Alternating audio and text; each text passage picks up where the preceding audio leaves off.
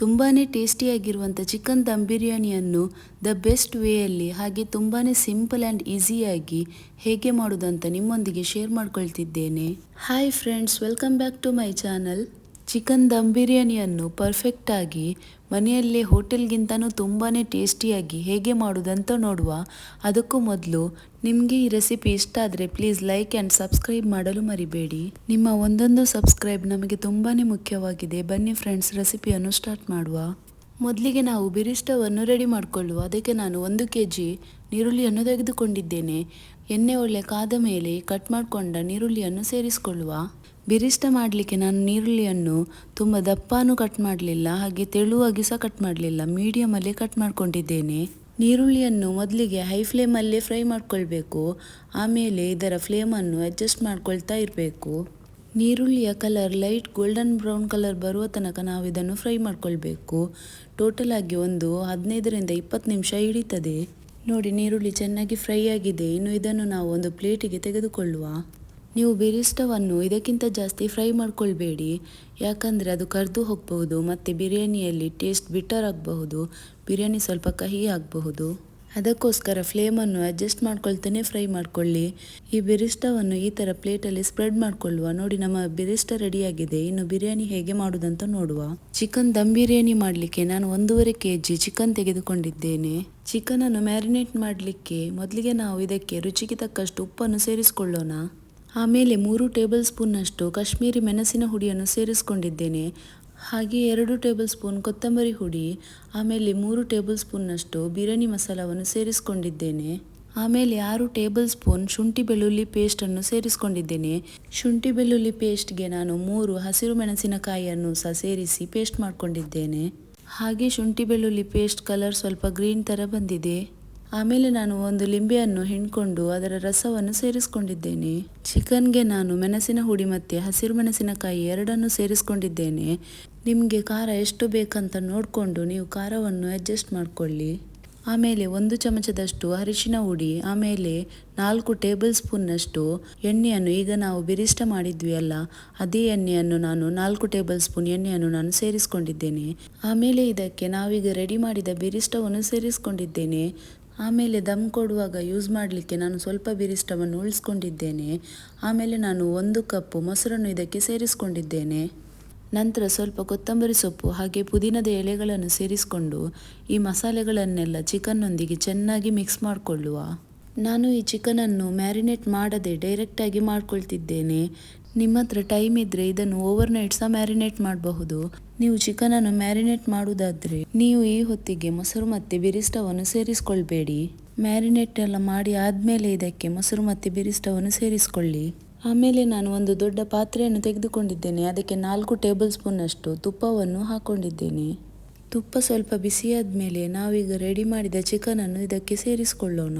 ಇನ್ನು ಈ ಚಿಕನನ್ನು ಒಂದು ಸ್ಪೂನಿಂದ ಬೆರೆಸ್ಕೊಳ್ತಾ 5ರಿಂದ 6 ನಿಮಿಷಗಳವರೆಗೆ ಹೈ ಫ್ಲೇಮಲ್ಲಿ ಕುಕ್ ಮಾಡ್ಕೊಳ್ಬೇಕು.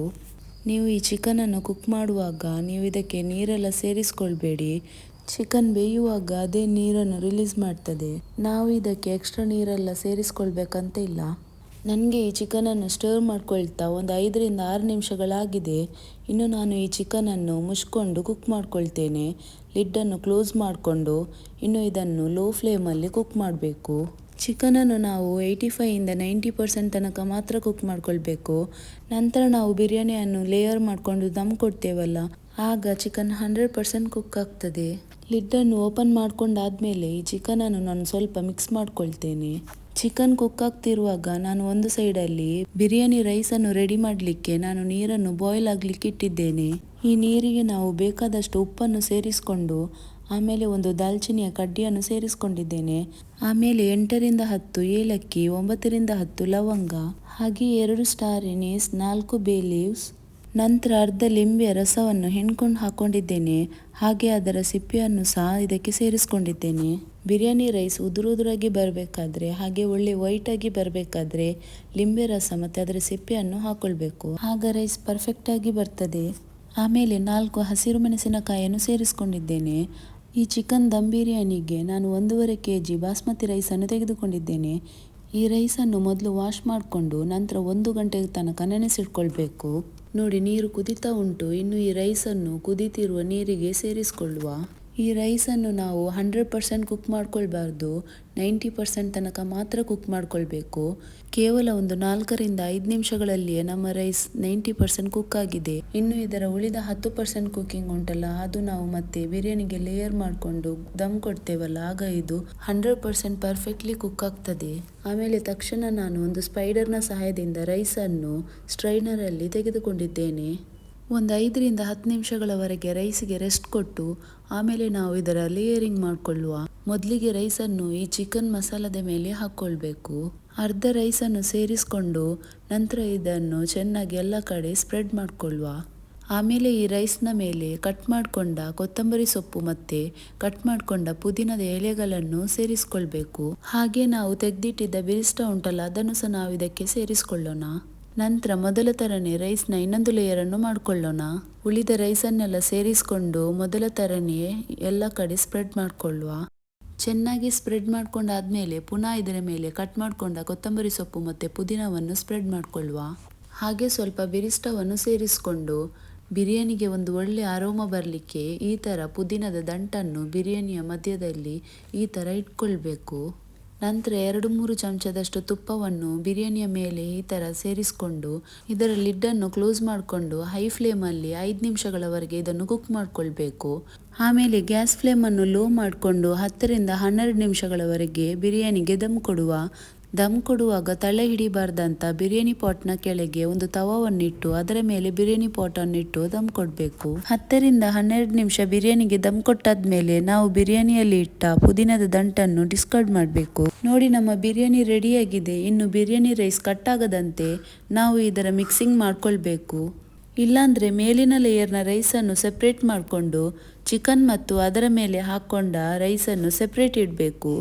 ಆಮೇಲೆ ಸರ್ವ್ ಮಾಡುವಾಗ ಪ್ಲೇಟ್ಗೆ ಮೊದಲಿಗೆ ನಮಗೆ ಎಷ್ಟು ಚಿಕನ್ ಮಸಾಲ ಬೇಕು ಅಷ್ಟನ್ನು ಹಾಕ್ಕೊಂಡು ನಂತರ ಅದರ ಮೇಲೆ ನಮಗೆ ಬೇಕಾದಷ್ಟು ಪ್ಲೇನ್ ರೈಸನ್ನು ಹಾಕ್ಕೊಳ್ಬೇಕು. ಯೂಶ್ವಲಿ ನಾವು ಇದೇ ಥರ ಮಾಡೋದಾಗಿದೆ. ನೋಡಿದ್ರಲ್ಲ ಫ್ರೆಂಡ್ಸ್, ಬಿರಿಯಾನಿಯನ್ನು ತುಂಬಾ ಸುಲಭವಾಗಿ ಹಾಗೆ ತುಂಬಾ ಡಿಲಿಷಿಯಸ್ ಆಗಿ ಹೇಗೆ ಮಾಡೋದಂತ. ಫ್ರೆಂಡ್ಸ್, ನಿಮಗೆ ಈ ಚಿಕನ್ ದಮ್ ಬಿರಿಯಾನಿ ಇಷ್ಟ ಆಗಿದೆ ಅಂತ ಭಾವಿಸ್ಕೊಳ್ತಿದ್ದೇನೆ.